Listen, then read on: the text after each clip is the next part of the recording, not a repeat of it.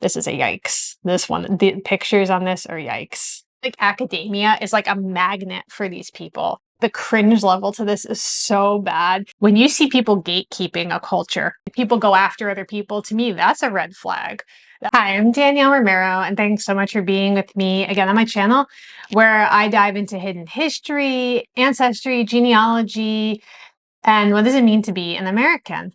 Now, I want to have like some real talk right now. I've always been intrigued to read up on these stories where people are pretending to be Black or pretending to be Native American or whatever the heck they're doing. Like, I'm not just talking about Rachel Dolezal. Like, actually, I feel like that is so boring now. Like, there are some other ones that I've been following that are just like, I want to understand, why is this happening?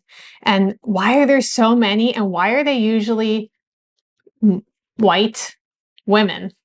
What's going on here? So I began this whole channel with a documentary series where I was interviewing my family, trying to understand my mom's grandmother's story. Her name was Lola, and she was born in Louisiana as a woman of color and moved to New York in the 1930s and raised the family as French and Irish. I've uncovered a lot, okay? But one thing that I will not do is ever create a situation where I can be accused of pretending to be something that I'm not really. Like, it's just not going to happen. I am an open book on here. Let's dive in and we'll talk. So I want to talk about some of the lesser stories that you know. All right. So, and kind of maybe see if we could pick up some commonalities to figure out what the heck is going on here. So the first girl, her name that she was using was Raquel Saraswati, but she was born Rachel Seidel, and she's of European descent, but claimed to be a person of color. She's my age, she's 39, and she was, quote, outed as white last week after claiming for years that she was of Latin, South Asian, and Arab descent. So I went and I wanted to, like, obviously, we all want to see the pictures. So here's some pictures of her. She was the chief inclusion officer at the American Friends Service Committee. So here she is wearing like a hijab situation. Her mother, Carol Perrone, who confirmed her daughter was not a person of color, told The Intercept, quote, I call her Rachel. I don't know why she's doing what she's doing. I'm as white as the driven snow, and so is she, her mother said. And this article goes on to say, Perrone said her daughter is of British, German, and Italian descent, not Latin, South Asian, or Arab. Well, some Italians are those things. And she said her daughter converted to Islam in high school, which likely informed her decision to present herself as another ethnicity. I'm going to hold off judgment until we dive into a couple more of these.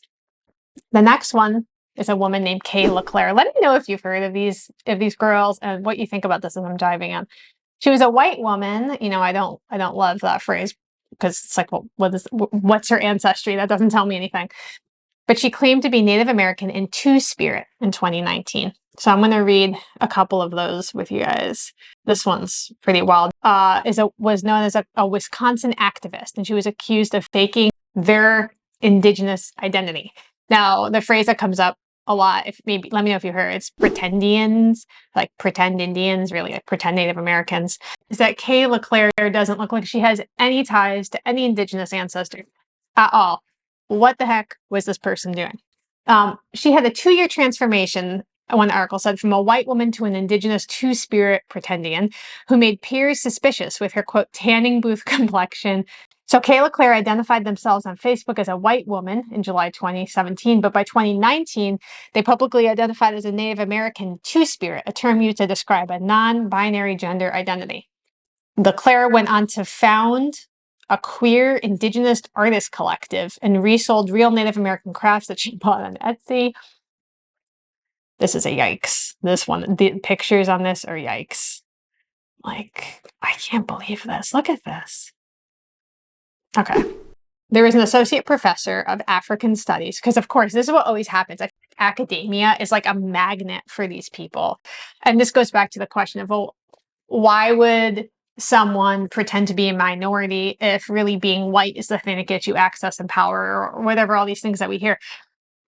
In academia, I think it's a different story. I think academia is a totally different world. And so these people all seem to flock to this realm and they become gatekeepers and authorities in a world where they really don't even have anything to do with it.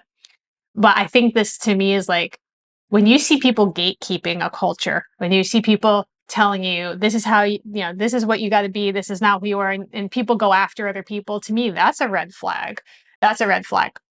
And so this associate professor of African studies at George Washington University shocked students, colleagues, and the news cycle with an opaque post on the platform Medium where she confessed she was a white woman. She wrote an article pretending to be Black. And the article I'll toss up. The girl's name, her last name is Krug. The title's called "The Truth and Anti-Black Violence of My Lies." Krug's sister-in-law described her as white as Snow White, unquote, and confirmed that Krug was a Jewish woman from Kansas. This whole thing was just so uncomfortable. Like, I have so much secondhand embarrassment from these stories, but I just want to dive in. I want to talk about one more, and then we're going to try to figure out what is going on here. The last one was a person named C.V. Vitolo Haddad, and Haddad is her previous married name, but she decided to keep. She immediately began piling on Jessica Krug, the one that got caught for pretending to be Black. This person went after this other person. They're both phonies. Like, this is what I'm talking about. Like, this is the red flag. And tweeting about the violence Krug had done to the Black community by pretending to be Black. She complained about how Krug's deception would make things more difficult for, quote, real light-skinned people of color like yourself. Okay, well, here's CV Vitolo Haddad's story.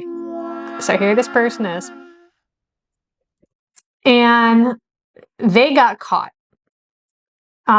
This person, it turns out, I don't know how she identifies now because it's kind of like changed a bunch, but they are Italian, and not to say Italians can't have African ancestry, because like definitely that's shown up not just on my mom's side, but on my dad's side as well.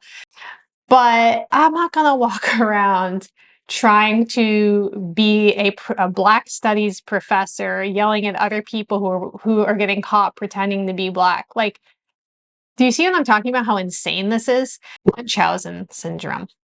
This idea that, like, if I pretend that my whole existence is suffering and look how much I'm suffering for who I am and who my ancestors were, I'll get some attention and I might get a really good job and I can write a book and people will pretend that they read it. Now, Munchausen syndrome, at the core of all these incidents, like, yes, these are all different people who are coming from different backgrounds. Like, I don't know why they're doing what they're doing. I'm not gonna like name names here because that's not my style. But I have definitely seen, as I've been working out this journey, meeting lots of people, talking to lots of people who are reconnecting to their roots in different ways, I have seen some uncomfortable things. Uncomfortable things. A lot of people with European ancestry in the United States are just seen as white. And there's this idea that white people don't have a culture, white people don't have food, white people don't have everything. That's true, because what is white? Like, how could you mix all of these cultures that are these European cultures or these Scandinavian cultures? How can you mix them all together and call them one thing? That doesn't make any sense. And I think what's happening is that people are feeling that loss of, like, I don't really feel like I have a culture, so I'm gonna like be a culture vulture and I'm gonna try to like grab some of this and grab some of that and to fill that. And I think a huge help would be for a lot of people to start doing their own genealogy, see who your family is, and start leaning into that.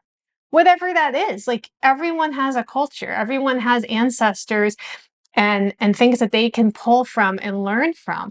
But who you are is beautiful, and it's up to you to learn and preserve your family's story for the next generation.